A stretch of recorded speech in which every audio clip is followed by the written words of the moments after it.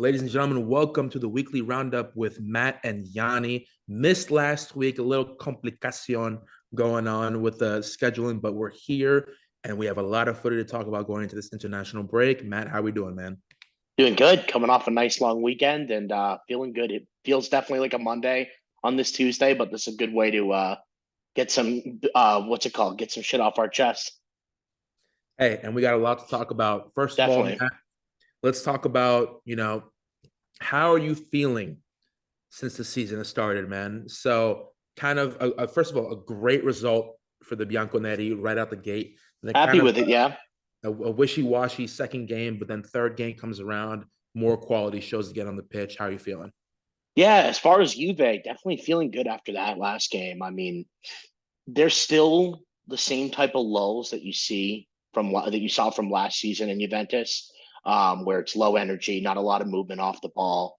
But then when we really try and go for it, we're looking pretty good, and it makes sense. We have quality, um, and if we just don't revert back to the old Allegri ways, I think some of the movements that you're seeing in the attacking phase involving, even McKennie looked good as a backup, but once Weah got back in the game, even for the few minutes he was in, he was creating a lot of chances. Obviously, goes without saying, Chiesa looked great. Vlahovic is looking a little bit more dangerous, just could be a little bit more lethal with his finishing. Um, and once Paul Pogba gets in the game, he seems to really change the dynamic for the team. And it makes sense. Like he's the only midfielder that we really have you can rely to like beat their man and make things happen totally on his own. So we can get to Juve in a minute, but obviously feeling really happy about them. And just I'm loving what I'm seeing from an entertainment perspective in the Premier League. Like not every game's the same, but it's always hot, super high energy and really exciting. We've seen some chess matches. We've seen some really high energy, high scoring games, end to end type games. But in the end, I think what we're seeing is the roundup of who's really good and who's got like a long way to go for this year. And I'm really excited. I'm sure you are really excited seeing who looks really good this year in the Premier League. I mean, basically, I was talking to my friend Walter about this recently. There's no guaranteed wins in the Premier League anymore. There just isn't. You're not going to go, I mean, maybe Luton Town, maybe Sheffield United, but at the same time, Sheffield was 1-1 in the 84th minute with City. So you really don't know. You want your team to be playing the best quality football they can, but it's an unpredictable league. It's very competitive this year. Just even to talk about just Liverpool this year, we have 10 points out of 4 games. It took us 9 games last year to get 10 points. So it's just that much different. The Spurs obviously look a lot better. We'll get into that too. But Yeah, I'm just loving the quality of football that I'm seeing right now all over the world. me too. I'm watching at least. So we talked about in the chat this week about a certain small Argentinian on the blue side of Milan doing the bits. We're talking about He's looking how pretty good. Spurs look under Ange Postecoglou. We're talking about how Leao has just been having the time of his life down that left wing with Dale. No surprise. Yeah. Even losing. They sent him away. Ansu Fati to Brighton. Barcelona came out with a 2-1 win, and Lamine Yamal has been incredible for them. The young talent. On the German side of things, very underrated. Xabi Alonso's Leverkusen looking very good so far. Obviously, we both feel the same way about the Bundesliga. It just feels like inevitable no matter what happens. That team in Munich is going to Well, we'll win. get to that too. We'll get to that too in this podcast. We Yes. definitely have to talk through the Leverkusen uh, I was going to call it rebirth, but they really haven't done anything since what, like 2002 when they made the Champions League final. Yeah, it's been a I mean, minute. this renaissance, if you want to call it, Xabi Alonso, the job he's doing there, like they have a lot of quality when you really break down who they have on their in their 11. Mm-hmm. But the way that they're playing is amazing. It's really fun to watch, actually, and we might feel the same about the Bundesliga, but honestly, they're a good watch. We'll get to that. We will. Matt, talk to me. Let's start off with this Premier League weekend that just passed. The biggest game of the week, I would say, was Arsenal versus No United doubt. at the Emirates, at the carpet. A 3-1 win for the Gunners, which seemed like it was going to be a 2-1 win for United at some point. How did you feel watching the game? What did you take away from it? Well, I mean, the first 20 minutes or so looked like Arsenal was more or less in control. Nothing special, but just off that one Christian Eriksen pass, Marcus Rashford obviously did amazing. Not the best at defending. You would have thought Ben White would have been able to close him down. They get that goal. instant response from Odegaard kind of goes back to something I think we talked about in the first podcast. Like Arsenal generally have a good mentality. Um, and you see that in the results that they got last year, even when they didn't play great, they fought back. Kind of you see the same thing here. It looked like it was 2-1 Man United off of a very similar situation where in that second half, Arsenal were dominant again, couldn't figure it out in the final third, couldn't put it in the back of the net, get that goal that's like fake offside for poor Garnacho, and Declan Rice gets a deflected goal. You got to give again, just I think main point goes back to credit to Arsenal, credit to the mentality that they have. A little lucky on this one though. I think deserved win, but a little bit lucky. The Gabriel Smooth Criminal offside That was evasion beautiful. That was was beautiful. us. I mean, it's something that I've seen Verge do a lot of times, but that was special considering the Yeah. circumstance and what was at stake. So very Drawing people offside is a lost art for defenders. And you saw Kim do it a lot of times last year. You know, mm, like they hold a little high line and he'd do a great job of, maneuvering to keep himself or to keep the forward off. But I mean, that was beautiful. He looked like he just like dodged that. Like I'd never that was amazing. And Gabrielle deserves a lot of credit. We can't see Arsenal big picture. They need to play those two every game for the rest of the year. mhm. It's no when they're healthy. There's no question about it now. That's definitely a concern though for that team because they just sold Rob Holding to Palace. They now have only three senior center backs on the side. They have Jakub Kiwior, who the Polish young man who uh, transferred last January, I think, to Arsenal. Yep, They from have Spezia. Yeah, and then they obviously have Ben White and Gabriel. They have excuse me, Saliba and Gabriel. Ben White can come in at center back if He can play needed, center back. Yeah, but it's just a very with Champions League, FA Cup, Carabao Cup, Premier League. It's a bit concerning to only have three senior center backs on the side. We'll see well, how. won't you call it four though? Wouldn't you? Don't you think it's fair, kind of, to call it four? Ben White could step in. Q York could step in. Like Yeah, I you, mean, I think he's fully cemented as a right back now. I mean, he can play both, that's for sure. So I'll say four. I'll say if four. you want to talk about not having three quality center backs, that I agree with. I don't think Ben White's that good. I mean, if he just steps up a little, Rashford doesn't score that goal. I mean, I think Ben White's a decent right back. I think he has had a great year. That was bad defending on Rashford's goal, but the root of that goal was a certain German that wears 29. Man, I feel bad. I almost feel bad for the guy. I mean, I dislike him as a player. yeah, Personally, obviously Liverpool bias.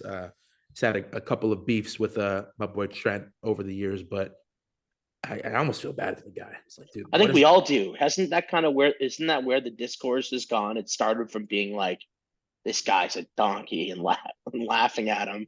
And it's by the way, that only happens to players who are in the spotlight, by the way. It's kind of yeah. a compliment.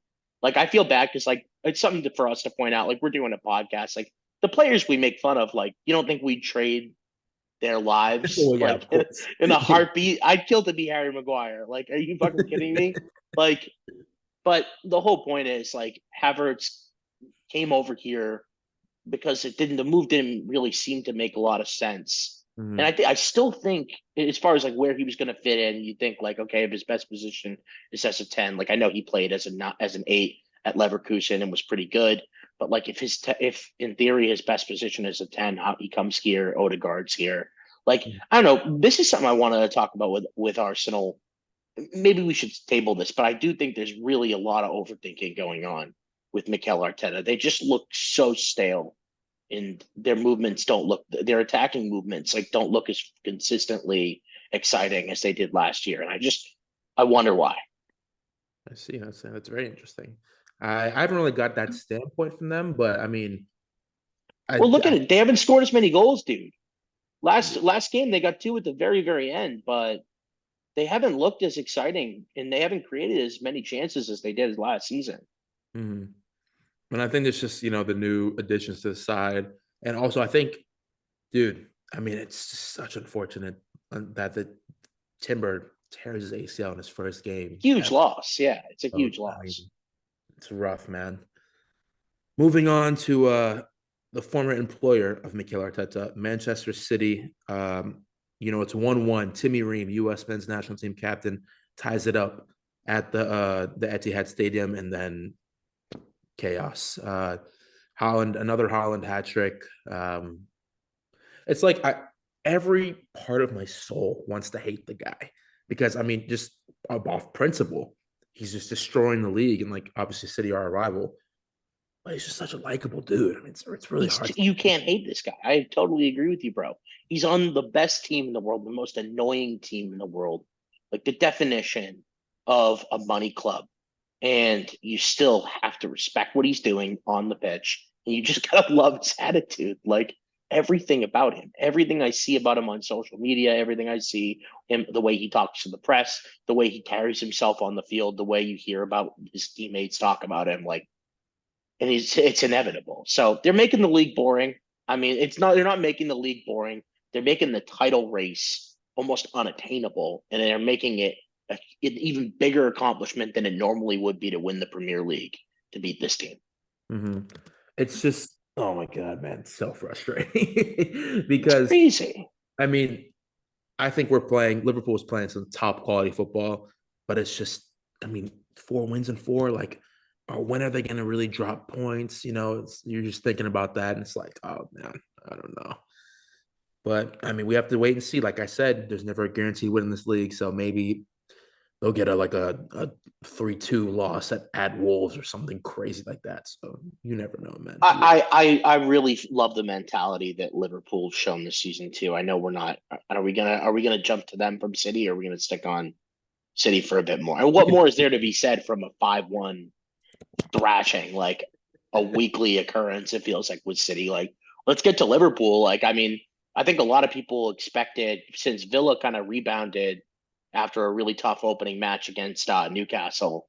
mhm. They played pretty well since. I think a lot of people expected a pretty good game here. Liverpool just kicked their like asses. That was, I mean, in terms of pressing and winning the ball back and holding possession like we've always done under Klopp, I Yeah, think that that was was perfect. one of the best Klopp ball performances I've seen in a long time. Totally Something that agree. we were like, I think one of the commentators or maybe someone on Twitter I saw compared our last home game last year was against the Villa, and it was a 1-1 draw, and they just completely dominated the middle of the park against our midfield. And fast forward to this year at back at Anfield, same game, same fixture, Villa better team, and we just dominated them. There was no part of the game that we weren't better than them at, and we were talking about it in the chat as well. Darwin hits the woodwork twice, has an assist with it with his head, but I mean, he could have had a hat trick. Soboslai played incredible. McAllister played great. Curtis Jones, even in that number 6, was great. Trent was spraying the ball everywhere, He looking played a wonderful. really good game. Yeah. Really good game. Obviously, Alisson, this guy never disappoints. Another great save on the line, basically off a Matty Cash header, I think. And Yep. then the only concern for me was Trent going down with that injury. However, the scans did come out. They say he's out for 2 weeks. Don't know if he's going to come back against Wolves.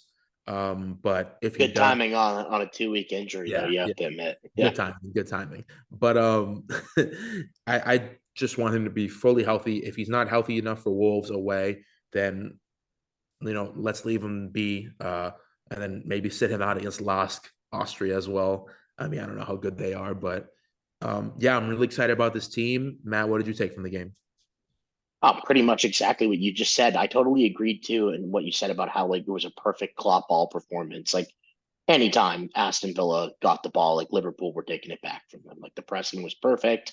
I thought it was just a perfectly executed game, and I do think like Aston Villa have got some problems. Like when Newcastle looked really good, they ripped them apart. Liverpool, they looked really good. I don't think it was anything even crazy for what this Liverpool team's capable of. Like they've got some real serious issues if they can only beat the small teams like this. Like you talk about it, like they beat Liverpool last year by dominating the middle of the park. It's like Liverpool just took advantage and like they stayed super compact. Villa, Liverpool just played on every like area, every blade of grass in the pitch they covered, you know? So it was like they just physically dominated them and like the quality was just so much higher level. So, I mean, not much more to take away other than like I do think people are going to start taking it serious that Liverpool are going to fight for the title here.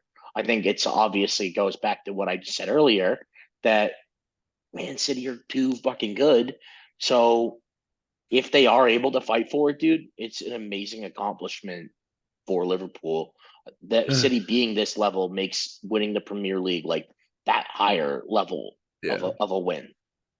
My only like I don't even know how to say this. Like the light at the end of the tunnel for me is the fact that for the first time in I don't know how many years, we play City away first, then we play City at home second. We haven't done that in a long time. So I Yeah, like because we always seem to play our best football against City regardless, but at home we play even better. I So was gonna say I wouldn't get too deep into the superstition. I feel like you guys have really put yourselves in a good position against City every time you play them, whether it's a down year or not. So no, we just got to see, and I'm really excited too for Gravenberg. I mean, comes in, staying. First of all, Ronald Koeman, you suck. I despise you. How dare you? This guy put a clause in his contract to leave the national team immediately if Barcelona came and offered, and now he's talking about you should never leave your country, bro. He's gonna. You called him up for U21, not even for the senior team, and he's a senior level footballer. He's played senior level football. Also, this guy hasn't played a 90-minute match in I don't know how long. So you want him exactly, that's the main point right there. to come in immediately play a 90-minute match for U21 because he's obviously going to start, which risks injury. He literally just moved to Liverpool. He's getting acclimated to his surroundings, and you're over here complaining. We talked about this before, Matt. I absolutely hate the Dutch media and everything they say about players. They talk about these players like they've never played the game themselves, especially Van Basten and Van der Vaart. These guys both pissed me the hell off. Van Basten, you were banned from FIFA for a reason that I'm not going to get into right now. Screw you. True. Van der Vaart, what's your biggest accomplishment, bro? Please. I mean, Riding the coattails of good yeah, teams. exactly. Like, I'm not gonna sit here and like act like he was trash. Like he obviously was a quality baller, but you have never touched the levels of Virgil van Dijk. So stop disrespecting him. Anyway, I think Kuman, real quick on that point, Kuman too. It's unfortunate because I'm not sure how familiar you are with some of we didn't grow up with Ronald Koeman, so we didn't see him no, play, he was but incredible. he was incredible play. Yeah, Like he was. his goal highlights look like it's incredible. He scores Yeah, most of them from long range. Most yeah, of them are long range goals. He scored like I think it's almost 300. It might even be 300 in all competitions yeah. with international team and his club career as a center back. And like obviously he played as a sweeper, so like he played in the Mhm. middle of the three and got to push it forward a little bit more. That doesn't make it. I mean, 200, Yeah, 300 goals. Like the yeah. guy was crazy, and I think he did score a free kick in the Champions League final to win the Yeah, I've Champions League seen his final. goal So count. It's ridiculous. it's ridiculous. But it's a shame. I say all that to say it's a shame that he's such a clown. He was the same guy at Barcelona who was like, Barcelona has a future now because of me when he was the Yeah, manager, and he was a fucking terrible manager. he Like sucked. He was awful. he Like, was dude, so bad. he had a grip, dude. Oh my! And Yeah. ever since he joined the Netherlands like team, they've been playing a lot worse. A lot worse. They played. They had an incredible tournament under Van Gaal in Qatar. They Who's played. also a big mouth. He's we got to get off the Dutch. We Yeah, got to stick on the Premier League. I got to We learn got some to first words, man. I know that's gonna be that's gonna be three things I want to see in the next episode. Number one, let's real quick go to Spurs if we can, just to talk a little bit about this because I don't believe this really is a flash in the pan. Like I think this team is poised to have like a real fight for European football this year, and nobody would have predicted that this would be the case. I People had them now could say it's finishing ninth. obvious. I had them finishing ninth. That's Ninth. just you being a big hater, which is fair, Well, I but mean, that's being a here's huge me hater. thinking new manager who obviously Postecoglou has won everywhere he went. Also Greek. I mean, I can't hate too much, but Bro, yeah, he's hilarious too. he is. But at the same time, I'm thinking Harry Kane's gone, and there's no. They're going to start with Charleston at the 9. I'm thinking, okay, let's finish ninth. Because look at everyone else in the Prem. They've massively upgraded at every position. And here comes the Spurs team who I literally I asked my friend Walter this again. Walter, shout out Walter. I was like, I looked at him. I was like, bro, are Spurs serious? And he looks at me. He goes, I think so, bro. And it's like it's so crazy because even though they got knocked out of the Carabao Cup, they did, but Right. it's still like they're just when you watch them play football, it's so good, and It's it's just so good. undeniably good. And they just have it's because to play the style that they're playing, you really do need quality. Dude, Udogi is quality. The guy is like his forward play is just unbelievable. And he looks defensively composed too. Like you got to give that back line a little bit of credit. I still think that's the weakness of the team. Mm-hmm. But Van de Ven's played pretty well. Romero's played really well. Pedro Porro's really surprised everybody. Like he had a really nice assist to Son. I'm not sure if you saw I on did. the fourth goal. He had a really nice Yeah, assist. And now let's get like to the big names, right? Like Basumo, we talked about in the last episode, like the way he can like play through the lines, the way how smooth he is on the ball. Like he's added a totally new dimension to this team, and they need him to be that good in the two-man midfield. Madison and like all the danger he's created from like the deeper or wider positions where he's crossed it or played a great ball forward. The goal he scored last week, a nice off of an error. Kulu's looking strong again, looking confident. And I think Son, if they have to, like, and they don't get a number nine, which is looking increasingly like more like that. Son mm-hmm. playing as a center forward, as a striker, probably could revitalize him. His finishing was back to great last week, and I mean it's Burnley, but I think that guy can get hot this year, and if he does, this team is going to definitely be in the top six at least. So Matt, we talked about how the Spurs team has just been obviously doing great. I mean, but they did just beat Burnley, but they also beat United. So their next big game I'm looking at right now is the North London Derby on the 24th of this month. It is going to be, let's see, it is going to be at Arsenal. Yep, Their run of games is after the break is Sheffield United at home, Arsenal away, Liverpool at Liverpool. yeah. So Wow. and then Luton Town away. So it's quite an interesting. I think the litmus test for them. They already had one with United and they played great, but I think Yeah, how good's United? We took it easy on them, but I that's okay. we'll talk about United right after this. But actually, no, we already talked about them. Yeah, screw Yeah, we don't need to talk about them. We only talk about the good teams. United. But dude, that North London derby is going to be electric. I Dude, cannot. yeah, it's going to be incredible. I mean, Arsenal really, really need to win that one for Mhm. pride's sake, Yeah. mostly. But if you look at it for Spurs, this is how they probably need to view it. They have to win against Sheffield after the break. Mhm. Against Arsenal, they can split if they really, really need to. But winning that would just like totally change how people view them. Against Liverpool, it's a tough game. I mean, I probably don't necessarily expect them to win it, but it's another game. If they split, that's okay. And then you just got to go on a roll, bang against Luton Town, Fulham, boom. You got to win that game against Palace, and then you got Chelsea, and probably looks like a win.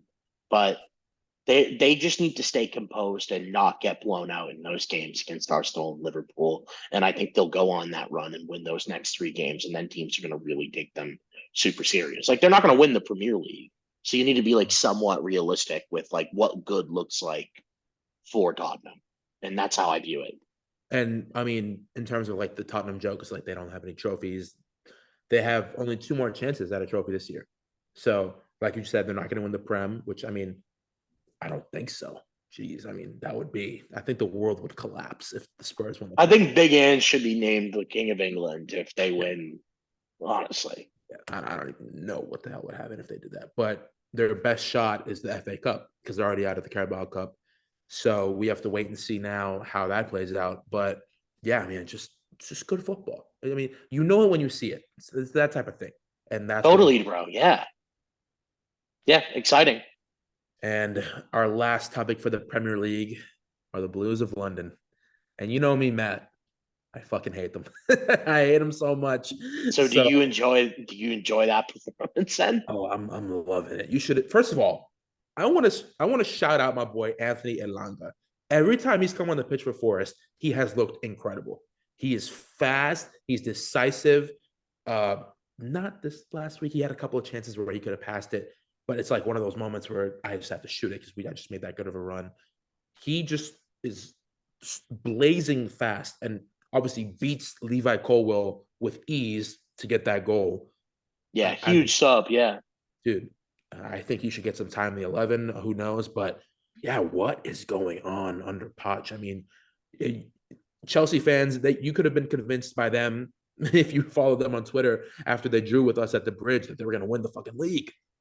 And now they go on and oh my god, Let's just call it out what I think it is.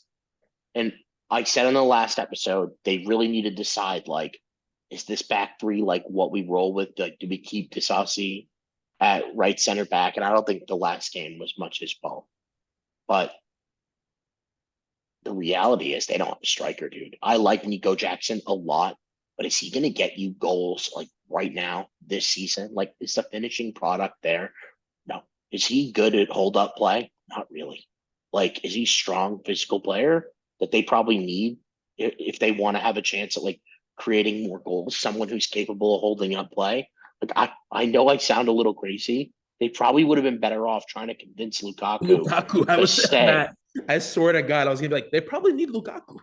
They honestly could probably use him. Like I could see like Sterling like making runs off his hold up play and scoring some goals. Like I think Nico Jackson should be in the 11. It's like why not try and play a 3-5-2?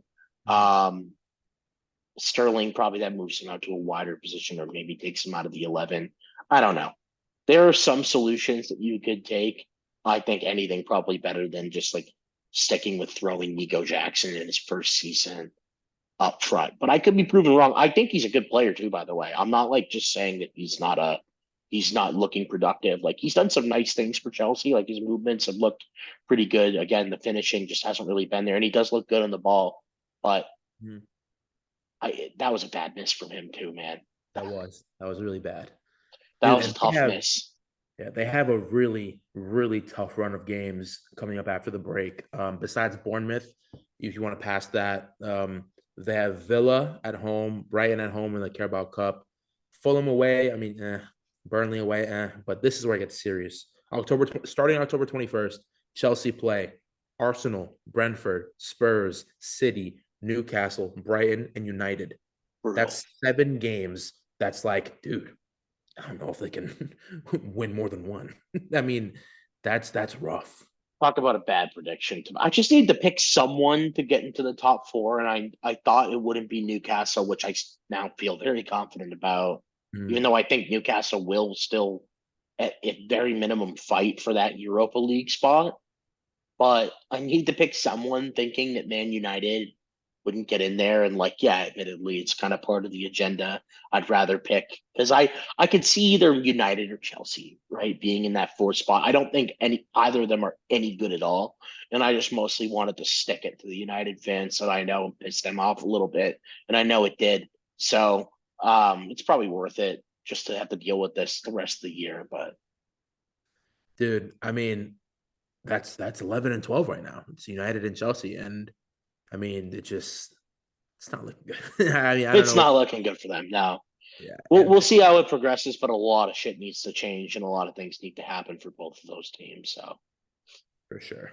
Matt, take us into the land of Calcio. Talk to me, yes, man. sir.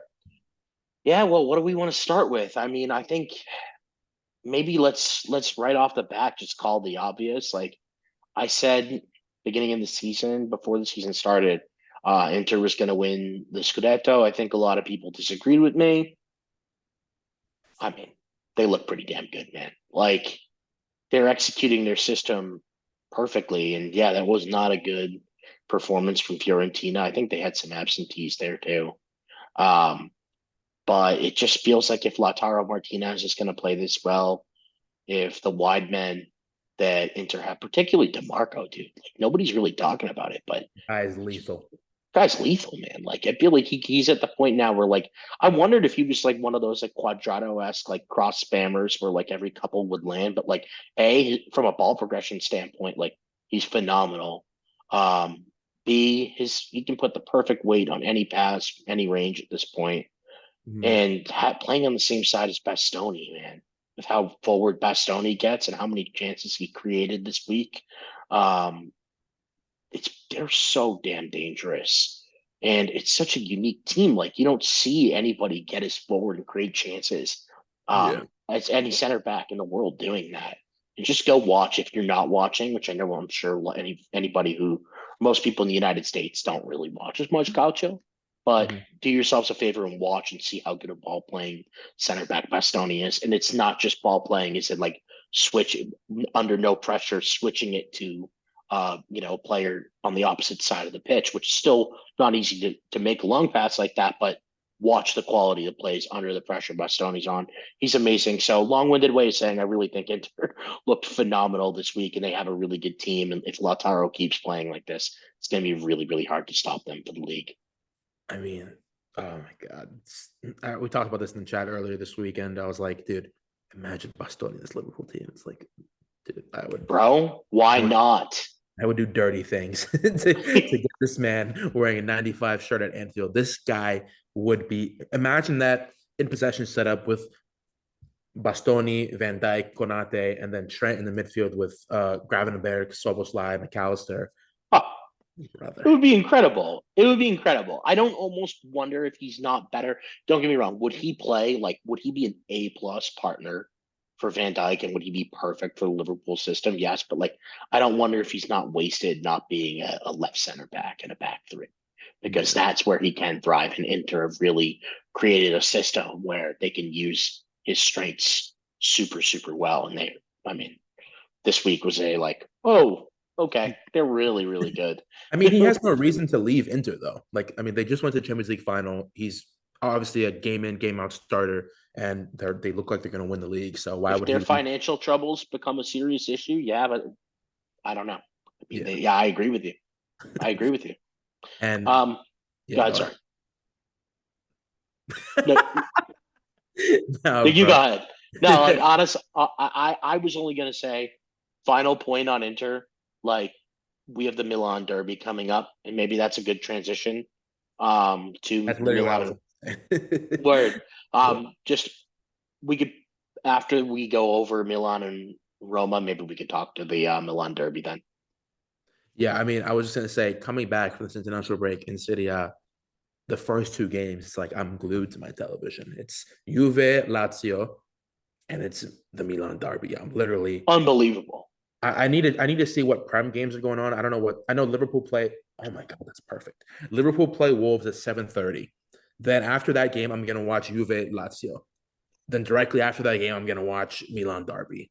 I mean, Matt, this is the stuff of dreams of It's football. unbelievable. That's how I I mean, felt this week, by the dude, way. oh my Sitting god. by the television just game after game after game when everybody else was Yeah, out doing stuff for the holidays.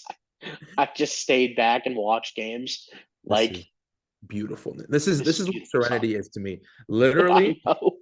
from we talked about this last time, sitting down for double digit hours, watching nothing but sports. And even starting this weekend, NFL, man, I'm going to be literally sitting I know. on my couch. And don't the Pats play Sunday night? Am I wrong? Uh, four Oh, it's twenty-five game. 425. It's 425. Okay. And a certain Thomas Edward Patrick Brady Jr. is going to be there. I'm gonna So be there too. Maybe I'll run into him. there we go, man. That's the one thing I miss about living in Massachusetts is like I could easily go to a Pats game, like if I wanted to. It's an hour away from where I used to live. You know, it's what, like a 60, 70, $80 ticket. Like, no, probably more expensive than that. Probably like It's 80 to more 100. expensive now. Yeah. Yeah, probably to 80 to 100 range. But I mean, I would go at least once a year. Dude, No yeah, question. it's so much fun to go to the Pats games. Like for as obnoxious as many of our fans are, like we have a fun fan base. The Yeah, stadium's amazing. Like the atmosphere is incredible. So, yeah, you can't. I mean, you can't deny that. Even the biggest Patriots haters can't deny that it's an amazing atmosphere in there. sure, bro. Oh man, but yeah, that's what I love about this time of year. But what I also love is seeing Rafa Leao hit like bicycle kicks while being held. What a game. What a game, man. What'd you take from it? I mean, I took that Roma aren't good. That's the reality of this situation here. Milan are good. Milan look really good. They're not a perfect team, right? Like, Mhm. I don't think with Krunic the rest of the season, like they're not going to be exposed here or there in the midfield. But with the way Rangers playing, the way Loftus Cheek is playing, plus that front three right now, even Giroud is playing decently well. I mean, it probably wasn't his best game, but he's played decently well this year so far. Mhm. Obviously, Pulisic and Leao have been phenomenal, and Leao was ridiculous in that game as usual. I feel like it's kind of his standard to be ridiculous. Like you can't stop him 1v1, right? So you need Not help, mine. and even if that works, like he's become a much better passer in the past 2 seasons. So he's super dynamic, and that goal was a joke. Like, how is somebody as big as him, as strong as him, like able to glide on the ball and do all like the finesse things he's capable of doing, the skill moves he's capable of doing, and then like he's got the same power. Like you saw that physical strength in that goal, literally getting held, still somehow like perfect. Just that's one of the best goals you'll see all season. And he's all that's where he's already what he's already done this year. Um, they have a really good team, man. Like there's no getting around it. They're going to be one of the top three teams in Serie A if I have to guess at this point. Um, and I just think Roma are no fucking good. Like I'm sorry to all the Roma fans out there. Obviously, our boy Massimo, but he say it himself. They are just no fucking good.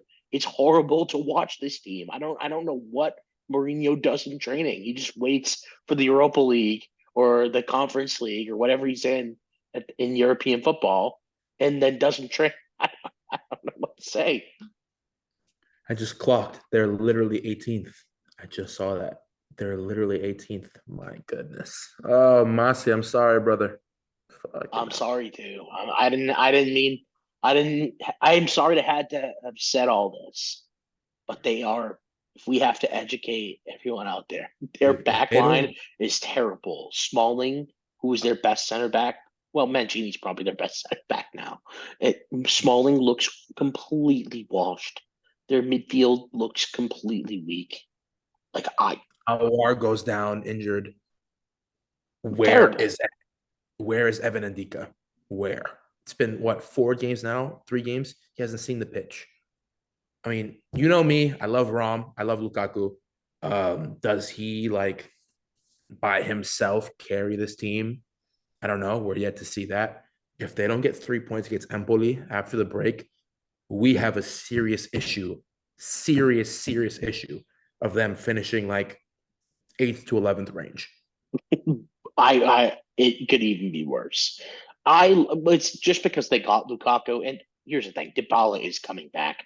It's probably Mm-hmm. not going to be worse than eighth or 11th, but it still doesn't look good, very good right now.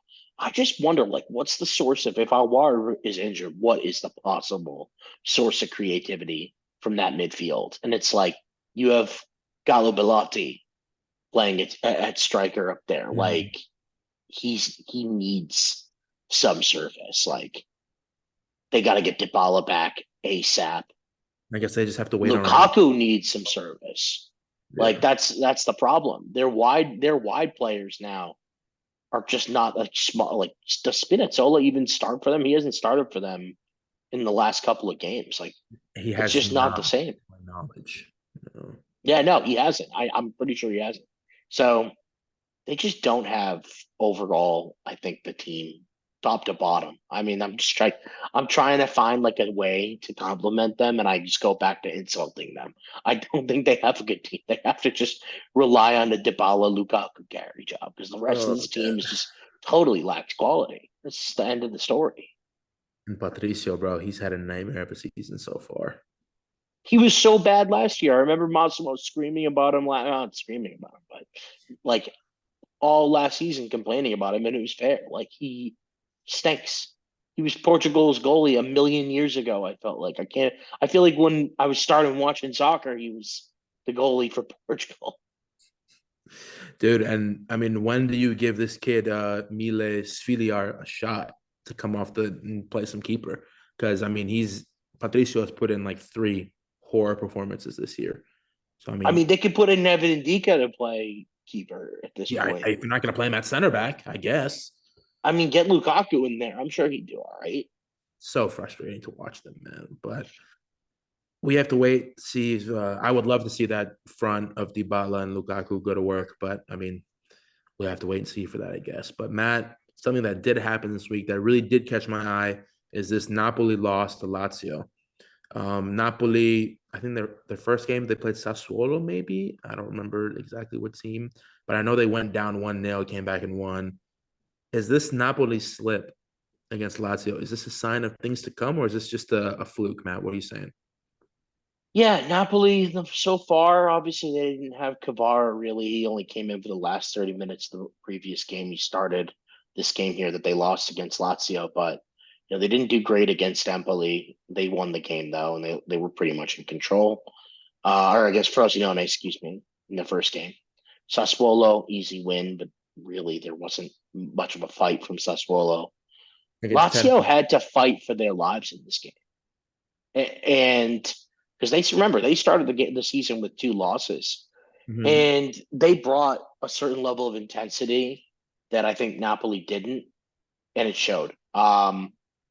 Overall, they miss Kim and Jay so much. Like respect to Luis Alberto, beautiful back heel goal, but like Yeah, I saw that. he had so much space in the Yeah. box. It's like, how do you let that happen? And like the reality is, this was a 4-1 game. It's just some phantom offside calls like that held them back. They scored.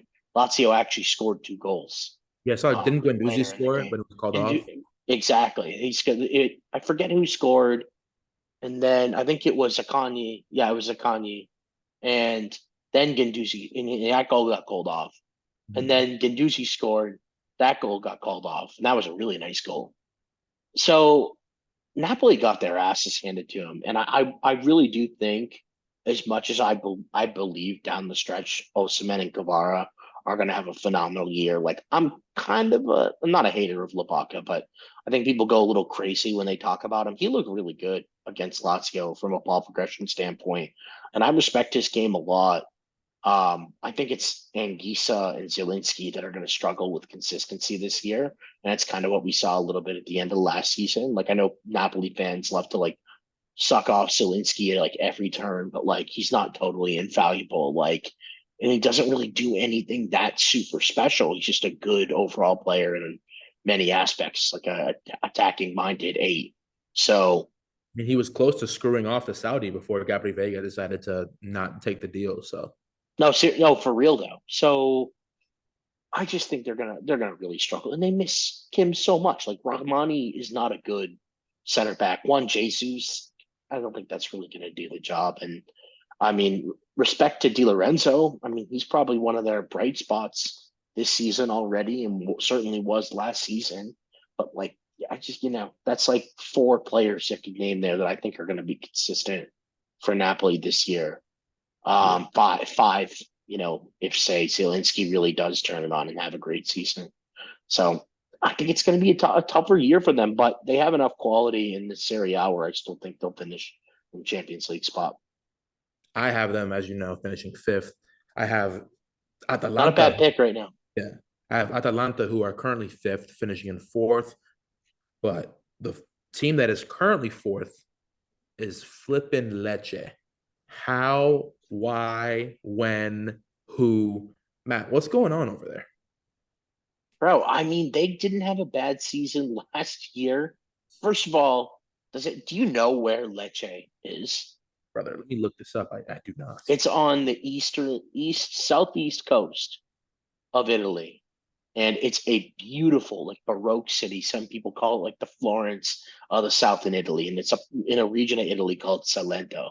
And it's absolutely beautiful. They have these like whitewashed towns, beautiful countryside, and then these like crystal clear blue water beaches. Like if I could go take a vacation there, I would absolutely love to go. But I think I know more about vacationing there than I do about their team, to be completely honest with you. I only know Lamek Banda, He's literally a Zambian player. He's Okay. 22, and he's like a tricky, pacey winger, left He's winger, and he's been doing really, really well. If you notice, I'm sure even you've watched games and been like, I feel like you even texted me and been like, that kid's playing well. Like if we're watching one of those games, like he's typically a standout player for them. He's got 2 assists, I believe, so far this season. But what? I love to see it, bro. And someday I would love to take a vacation to that part of Italy too. I mean, they haven't lost. I mean, they beat Lazio first game. They drew Fiorentina away, and then they beat Salernitana. And then their schedule was Not like, a bad, not a bad like couple of wins too, or like perform with Fiorentina and Lazio to get points off mhm. them. Yeah, and obviously beats Salernitana. Obviously, sometimes Ochoa plays like he's Jesus in goal, so that is pretty well. But they got Monza and Genoa coming up, and then after that they have Juve and Napoli back to back. So that'll be interesting. Maybe the litmus test for them. But all I knew about Lecce is that they had Umtiti last year. I don't know. I think Umtiti's in France now. Maybe Yeah, for Lorient. I don't remember which team, but yeah, honestly, dude, I could not tell you. Uh, is no, Strefeza is on uh what other team, dude?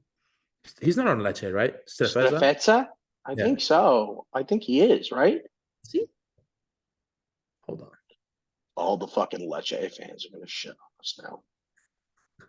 dude. If a Lecce fan is watching this podcast, I appreciate you. Yeah, he is. Strefezza is He on. is, he is Strefeza. There we go. I only knew him. Shout out Massimo from the FIFA Ultimate Team. He's Team of the Year. So I mean, shit. I guess maybe he's balling, but maybe I'll have to tune into a Lecce game, dude. I mean, they're fourth, so I mean, it's like It's I'm gonna have hilarious. It's obviously one of those things where they're going on a nice little run here, but to. I'm happy. I love seeing these types of stories. You got to enjoy it while it's happening. But I'm sure at some point Atalanta and Napoli are gonna jump over Yeah, you. yeah. I mean, obviously. Anyway, let me turn on some light in this house because I'm looking like Rio Ferdinand on his. Did you see that video of him? I just noticed. Yeah, dude, he's been held prisoner by Manchester United. Oh my! You see? There we go. And that boy Rio was looking like a POW for sure, Yeah, brother. what was with that? I don't know. He was probably like doing some lines in the back of like a London club and was like, "Let me pop a video He doesn't about this." remember. Yeah, he doesn't remember posting that. I was gonna say there's just no chance. That was really, really, really sketchy. He We just didn't even felt like talk at about that that. moment he had to let his Yeah, opinion out. dude, we didn't even talk about that. Jaden Sancho, man, what is going on? Yeah, we definitely let Man United off pretty easy. We kind of just gave Arsenal their credit and moved on. But Manchester United have a really interesting issue where it seems like there could be some toxicity around their club. I actually have to just call it as it is. I think Eric Ten Hag is full of shit for talking about players' mentalities. Yeah, And think about it. It's the third game of the season. He's already talking about that. Like, well, you can talk about tactics, but if the players don't have the right mentality, it's like, dude, like yes, there's like a certain response. There's a huge responsibility on the players to like bring the right attitude to the training. But what good are you doing by bringing that to the forefront just before a huge game where you're probably not the favorites to win the game at all? mhm. And you need a great performance from your team. Like what happens? Like that, and then right after the game, the shit gets leaked about Sancho. Like, or he says what he says about Sancho. Like, I I just think there's like such a negative cloud around Manchester United all the time, and it's not just because I dislike them. It's just because that's what's happening. Like you have some of your biggest club legends coming out and confirming that's what's going on. Like face what it is. Like that's what the club. That's the situation of the club right now. It's a negative, toxic club. Dude, and their next two games, my goodness. They play Brighton at home, which I don't think any United fan in the world is convinced that they're going to win, like guaranteed. And they No, also then they travel to Munich and they play Harry Kane and Bayern Munich for a Champions League. And honestly, I'm like 80% sure they lose both of those games. I agree for sure. And that is just gonna the morale, dude, is just gonna plummet. I mean, someone tweeted Casemiro's in his Fabinho arc right now of like where he's just like getting beaten and just looks sluggish on the pitch. I mean, We said it it's what from the go. We said it from the go. He does not look the same. I mean, maybe my boy Salam Alaikum Ahoya Sofian Amrabat comes in and is a guaranteed starter every game now. Who knows? But Has to be. You don't Novaran, think he's better? I mean, Sorry. no, yeah, right now I do, but I think Ten Hag. I mean, it would look really bad if he was Is just he like, watching? Like, you gotta put this guy in the fucking 11, bro. Like, it's a no fucking brainer. The yeah, energy he'll bring, like, he'll win the ball back. He's got quality on the ball. We've talked about him as a mhm, player before. Like, he's just exactly what Manchester United need if they're gonna play a double pivot, yeah, behind Bruno Fernandes, right? Like, he's a perfect eight for that system. He's a perfectly well-rounded player, and he's a tough motherfucker too. They need some fucking toughness. Like Casemiro, in theory, if you had Casemiro of last season's levels with him, like that would be phenomenal. But yeah. I'm just a little questioning. I'm questioning if we're going to see that from Casemiro this year. And then no Varan for another what 4 weeks, 3 weeks maybe. Mm-hmm. Martinez goes down with an injury. They don't know how serious it is. Um, Lindelof, I think, is hurt as well. I mean, we got a game where Maguire and Johnny Evans closed the game against Arsenal in 2023. Like, dude, this is a big problem. It's a low. It's a low low. Yeah. And now the Glazers have officially taken United off the market. They won 10 billion. Um, brother. Yeah, I don't know, but yeah. Some sheep's So, got 10 billion sitting around somewhere, huh? dude, I don't know, man. Just don't know what to think of United. Yes, it's early in the year. Yes, I think on paper and just looking at the players in an individual standpoint, there is some quality. Rashford's not a bad footballer all of a sudden. He's still very good. Hoyland even looked very good in his cameo for United. Obviously, we talked about Amrabat. He comes in. Excuse me, Amrabat. Amrabat. Sorry, my Moroccan. Amrabat, is that actually how you say it? Sufyan Amrabat. That's how you say it, I Okay. think. Yes. But yeah, and now this situation with Sancho, it's like this kid was once like a shoe-in for an England team at any call-up, and now he doesn't even sniff the side. Like, Yeah. imagine Southgate calling Sancho up right now. It's just not going to happen. He just hasn't played enough consistent football in the last like 2 years. So I don't know. It's a weird situation. Very weird. That's the thing. It's like there's not much more commentary you can offer on Sancho. It's like there's not like a breakdown you can do of what he could have done better in certain games. It's like the guy just hasn't played the last 2 years. Injuries have kind of been a part of it. I think the toxicity of the club's kind of been a part of it. I think the pressure from the English media has been a really big part of it. Mhm. And yeah, what a huge, unbelievably huge mistake to go bring in this loser Anthony, who's a ton of money, and like, okay, like, yep, we got to let the reports, the reports came out. We got to let things play through, but like, I probably don't even want to comment further on that Yeah. whole situation, but more like more or less to talk about the player. He's been awful, and like awful is probably an understatement. Everyone's laughing at him. He's an 80 million euro player, and he's Ten Hag's guy. He's Ten Hag's guy from Ajax that he brought over for a huge fee to play a massive position opposite side of Marcus Rashford, take the pressure off of him, knowing that they're going to have to bring in this young, more physical forward who might take some time. Um, Huge, huge mistake. But that was a bright side, I thought, for them when they brought in Hoyland. I mean, talk about a great nine, who loves to like get in the trenches and like just Mhm. has amazing hold up play. Like I think you did see some really positive signs from him. No, Yeah, that one flick to Bruno was nice on that offside goal. I mean, real good.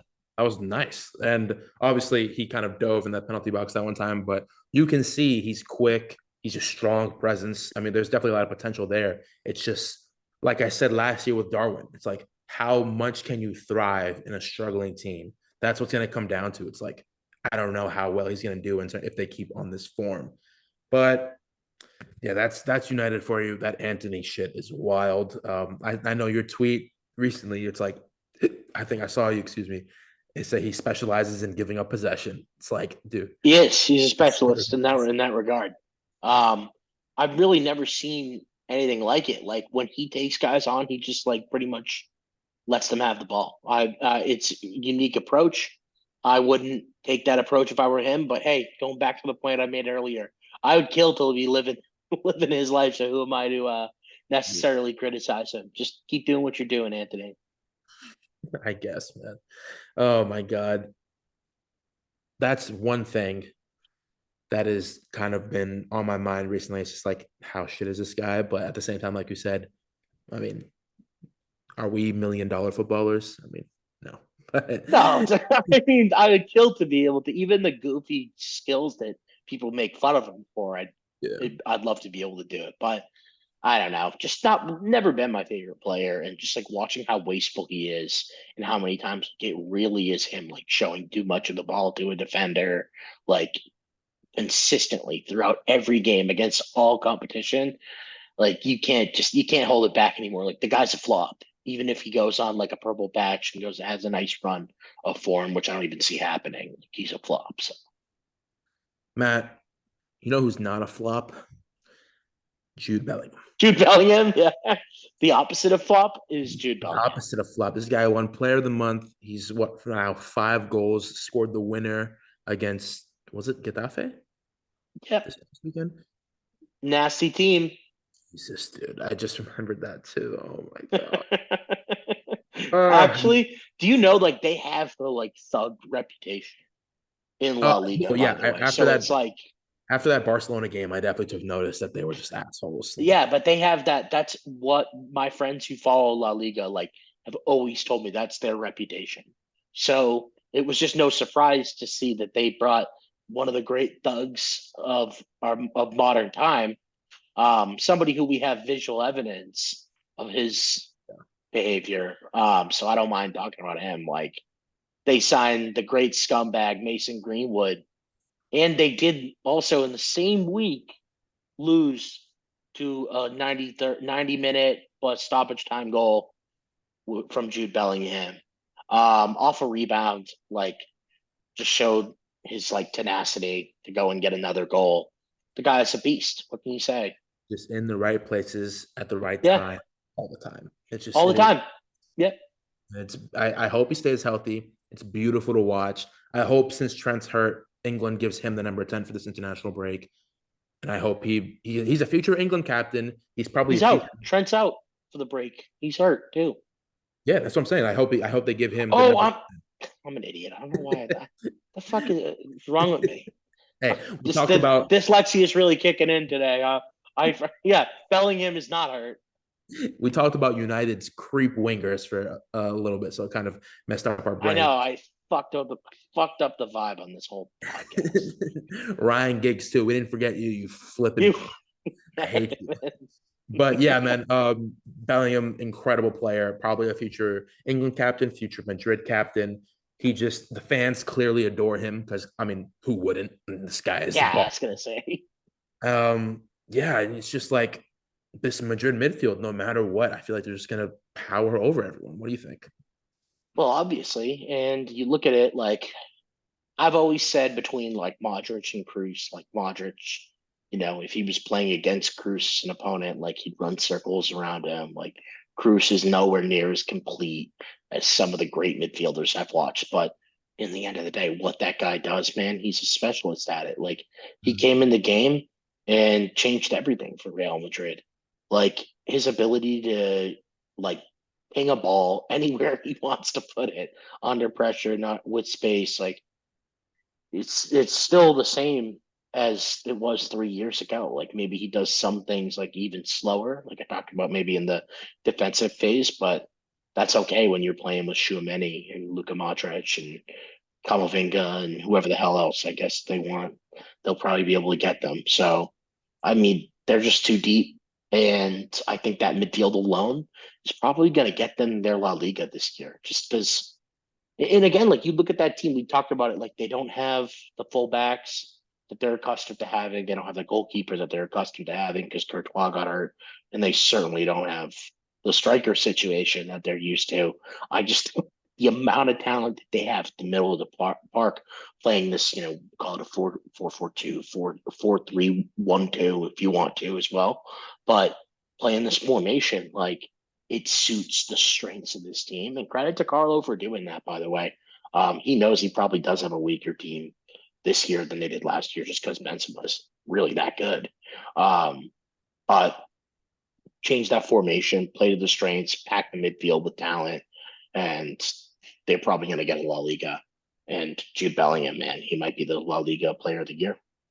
It shows how good this team is because Courtois ACL done, Militao ACL done, Yep. Vinny out for a month, and we're still sitting here talking like, yeah, they're gonna win the league.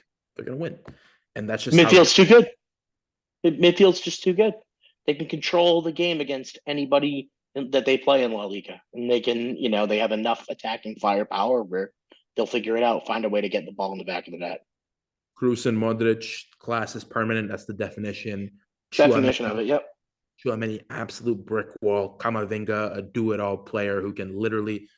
I mean, that the meme is he can play anywhere. This guy was literally a top left back in the world last year. It's like watching. I mean, it's such an incredible player. I remember begging for Liverpool to sign him when he was at Stade Rennais, or however you say it. But I and think that then was good. yeah, it was all right. It was Je Hmm. m'appelle.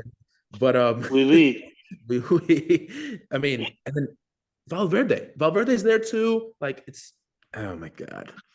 My brother's a diehard Madrid fan, and obviously we watched the final in Barcelona together.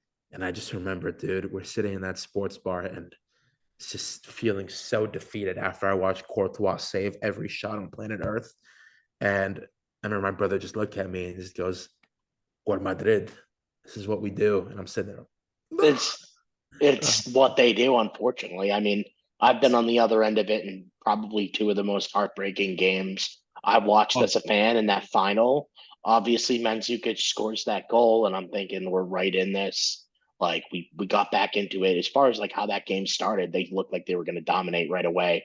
When Ronaldo scored, we played our way back into it. Mandzukic scores the greatest goal ever, and they just fucking wipe us out in the next half. And then we had that yeah, fucking the Moroccan. the greatest quarterfinal that you can fucking greatest quarterfinal comeback you could ever have. It was that same tie that Ronaldo scored that fucking bicycle kick, and they were up 3-0. We lost Dybala to a red card in that game.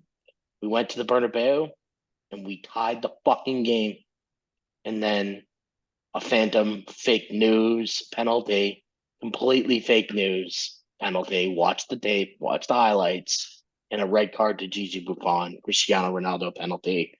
Those two games, probably the worst, most painful games I've seen as a fan, and both thanks to Real Madrid. So I'd say that final.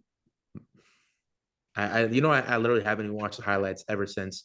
I just can't. I can't do it because we were the better team. We just were. We so many shots on goal, and Courtois saving everything.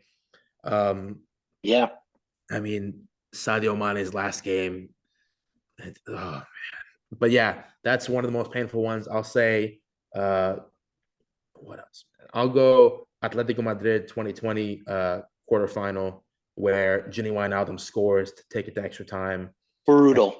and then Adrian does, I guess, an Adrian move where he passes it right to Marcus Llorente to an outside the box shot from him off his mistake goal, and I'm sitting there with my Two nice head, goals from him too, huh? From Marcos Llorente. Yeah, Didn't he have two nice goals? yeah. I despise the guy forever.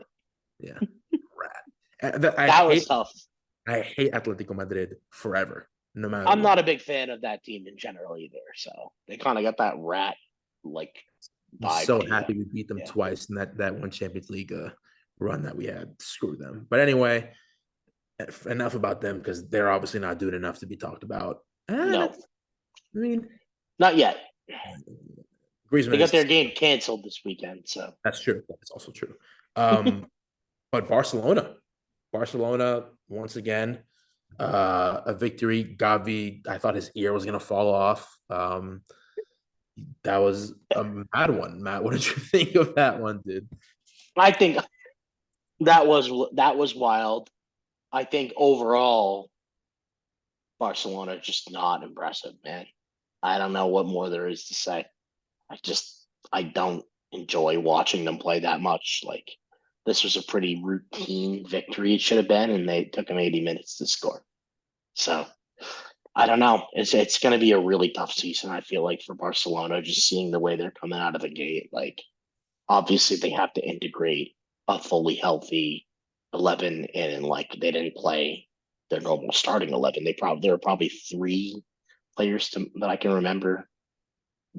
Yeah, three that won't be in the starting 11 going forward, but it's just not. I don't know if they have enough this season, or like maybe they get somebody in January. I don't know who that would be, but I just don't think they have enough this year to win La Liga or even compete for it.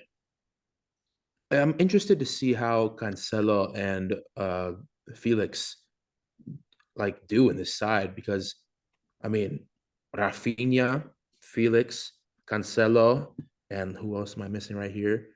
Inigo Martinez, Ferran Torres. Those are all guys who were on the bench last game. And I Yeah, mean, it's wild because like some of these guys are clearly starter quality, but Lamine Yamal has just been showing that much greatness. So he this guy, dude, that's a great story. It's yeah, so awesome to is. see. And sadly he won't be playing for Morocco because he just got the Spain call up. But I mean, Damn. what a player. Was a one of the I saw this one video of him being one of the kids that Sergio Ramos walked out with in El Clasico. Like you know how they walk out with the coach? I did see that. That is fucking crazy. That's wild. I mean, it's just one of those That stories. is so crazy. It's insane. So big up to him, man. I wish him the best for his career. I am a Me too, big yeah. Ansu Fati guy, so I'm a little sad that they let him go. But But good move. very, I hope he cooks under De Zerbi. That'll be very fire to see. Just not against Liverpool, please. But yeah, I really haven't been that impressed with Barcelona this year at all. I mean, that's just the No honest one truth. has been. Obviously, last game was like there seemed to be a lot of injuries, and they still need to, like you said, integrate those two players into the team. Gundogan is still a really classy player and can go on a run of being a great player at a moment's notice. So I'm not gonna totally count them out, but it's just as far as what we're seeing right now, like it's not been fun to watch them. It really hasn't, dude. But let's talk about a team who has definitely surprised me that I really wasn't paying attention to until just now. Girona. I mean, Girona are What second, the hell? You're second three in La one and Liga. zero. Yeah, they haven't lost. They're second in La Liga. Um, all hail Lord Daily Blind. I mean, I remember when he signed for them, I was laughing my ass off. I sent it in my group chat that I'm in, and me and my boy Walter were like, "What the hell? This guy just won the Bundesliga with Bayern, and he's going at Girona. Like we were, or Girona, however you say it.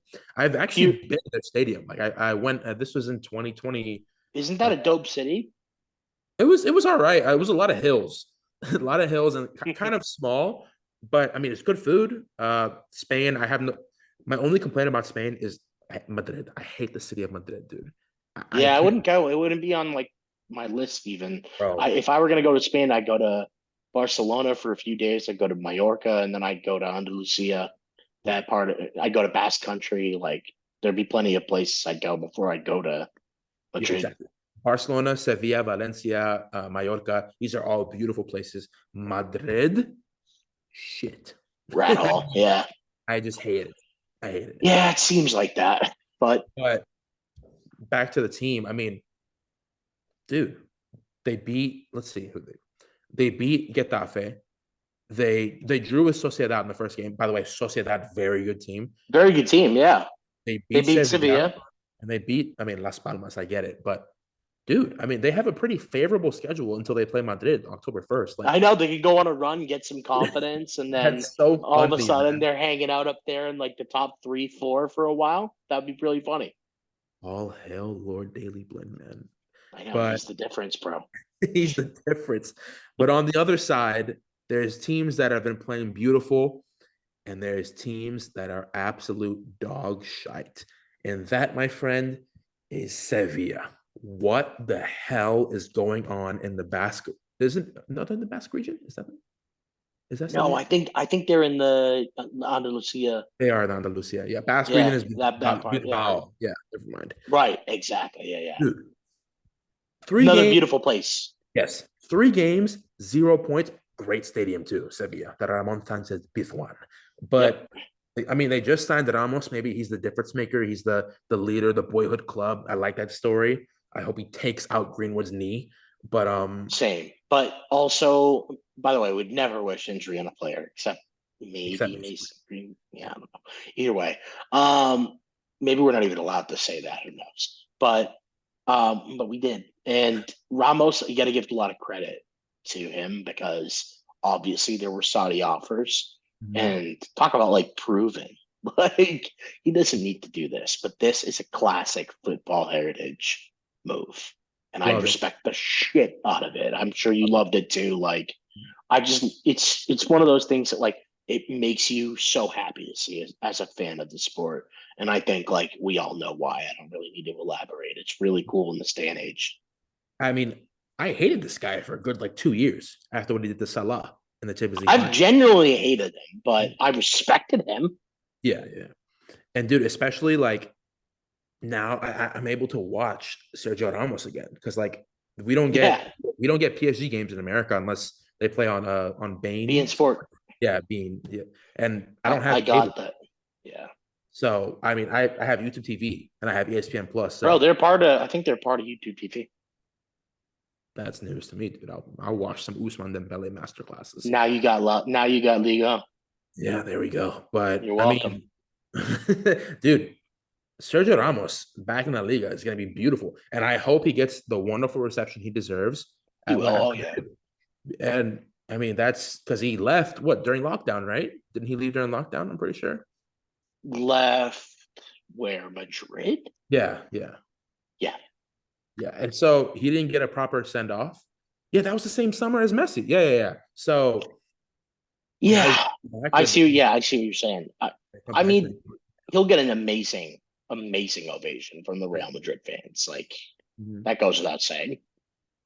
I'm just happy to see him back in La Liga because I did not want him to go. I mean, obviously we both talked about it, dude. I would have taken Sergio Ramos for free. Are you serious? Yeah, right. But yeah, man, what a player, what a legend, and I wish him the best. And hopefully he resurrects Sevilla season. A small bit of news that's like, I mean, I guess you could say a little important. Villarreal officially sacked Kike Setien today, so that's another thing. Yup. They are currently sitting at 15th with, let's see, how many points? With 3 points. They won one game so far, and that one game that they won was against Mallorca. They lost 4-3 to Barcelona, lost 2-1 to Betis, and then I guess the final nail in the coffin was a loss against Cadiz, 3-1 with a red card as well. They are in the Europa League. Villarreal, they will be playing against Panathinaikos, Stade Rennes, and Maccabi Haifa Tel Aviv. So interesting to see will they will go from there. And I don't know who their new manager is going to be, but I guess it's something we're going to have to watch, man. Who knows? Great stadium. Team's been pretty good for a long time. So hopefully they'll get someone decent. Knocked And our asses out of the Champions League a few years ago, but I respect Villarreal. semifinalist, dude. My brother Yep. actually, my brother and dad were at that game where Vlahovic scored in like what, a minute. A minute in. Yeah, sick goal off the turn. Yeah.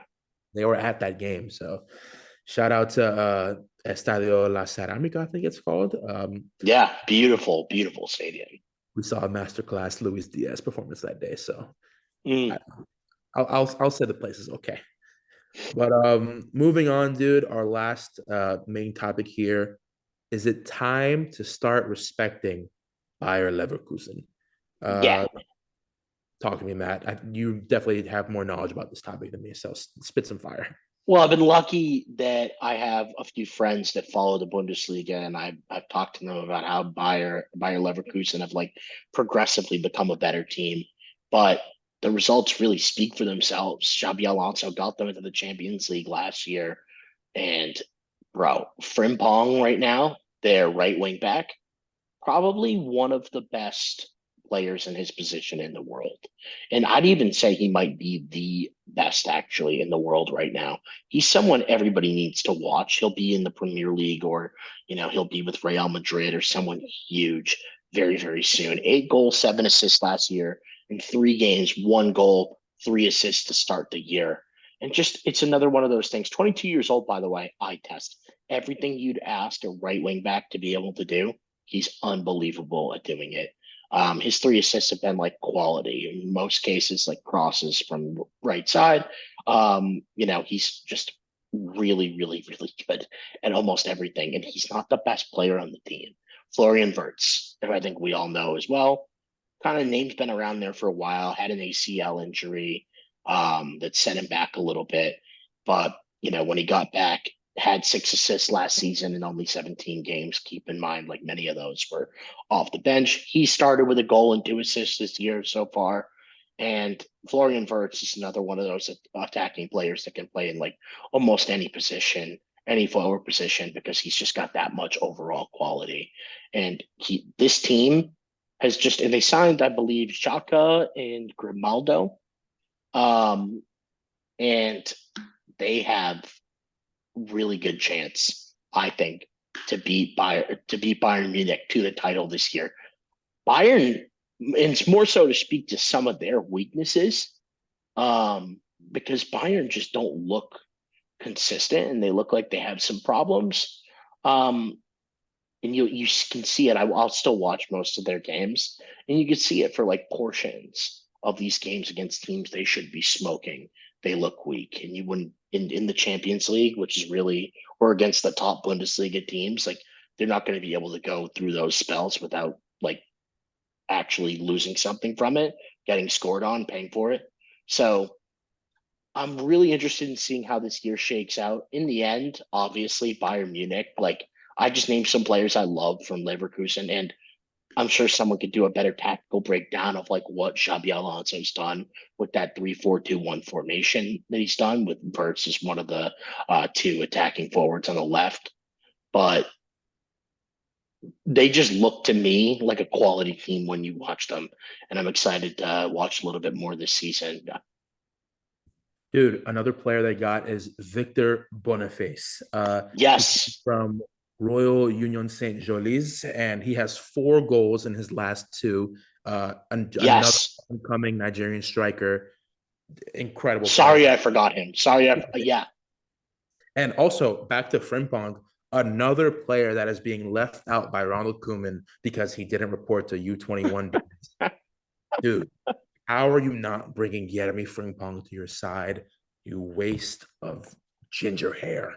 Yeah, enjoy Dumfries if you don't want a guy that's like 20 times more pacey, more accurate with his crosses, more sauce with his dribbling. Like, okay, cool. And my newly my newly Moroccan Amin Adli. Newly Ahaya. Moroccan. Salam alaikum. He has joined the Moroccan national team. This guy is a baller too. Balled out last year for Leverkusen. I'm very excited. Dude, Leverkusen's next game, we will be there, bro. Friday, 2:45. I think it's September 16th against Bayern. I will have Fuck my eyes yes. glued to that game, and I am not a Bundesliga guy. I will No, only it's tune gonna be in fucking for like the incredible. big games, but I'm tuning in. This is huge. Well, And dude, that game that they had against against RB Leipzig was one of the best games of the season. That's really what so far. That's what really turned me on to being like, wow, this is a serious team. yeah, I do not want to face them in the Europa League. That's for sure.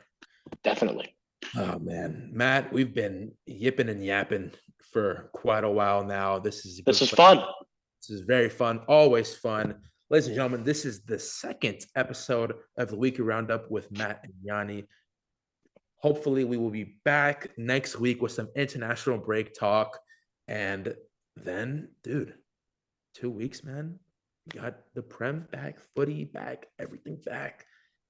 Some of the big international break games we got. I think France, Ireland, maybe that's a big one. Let me take a double check right here for Euro qualifiers. I know that France, Ireland, Netherlands, Greece are all in the same group. Netherlands do play Mm, Greece. That's one of the good games. Georgia versus Spain. Nice test for Kamara.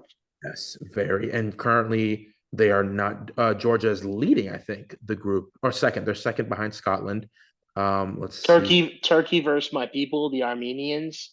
Well, the Italians are my people first and foremost, but I am whatever it is, 13%, 15% Armenian. And they're Armenia playing doing the well in the group too. I know, I know, but they're playing Turkey in this upcoming game. I won't make any jokes about that, but that's too fucked up. But that's an interesting game for history. Let's Mhm. see. Is there any other good game? Dude, these international games suck ass, bro. England, Ukraine is like. I mean, I'm gonna watch that for sure. Yeah, like Uh, we're trying to be ambassadors of the greatness of the sport, and I'm being straight with you. These games will stink. yeah, there's not a lot These of are good. stinky, stinky game. Well, Italy are going to be in for a long night against Northern Macedonia, one of their big rivals. That could be a real tough game for them. Oh my God. I'm gonna be locked Yeah. into Serbia, Hungary for Hungary captain Dominic Soboslai. I'll tune in for that. That's a pretty good game. Okay, fair enough. That's that I would do if I were you. The rest of these games, bro, they stink. Italy and the Ukraine. I mean, dude. Thursday, I gotta tune in Greece. I got to. So there's I guess Actually, low key, Greece Netherlands might be the best game I saw when and I right scanned. dude, and right now, Netherlands is fourth. Greece is second right now in the group. And yes, Netherlands played one less game, but I mean, that's a huge game for Netherlands. If they The, can't win that, they're in trouble. the So Greeks have won a Euro more recently than the Dutch have. So Angelos Charisteas, never forget. Never forget. never forget. But yeah, ladies and gentlemen, thank you so much for tuning in. Yanni Kurikides here with my boy Matt Prisco. Thank This you. is what we do, man. Weekly roundup out. We shall see you soon. Peace. Bye, everyone.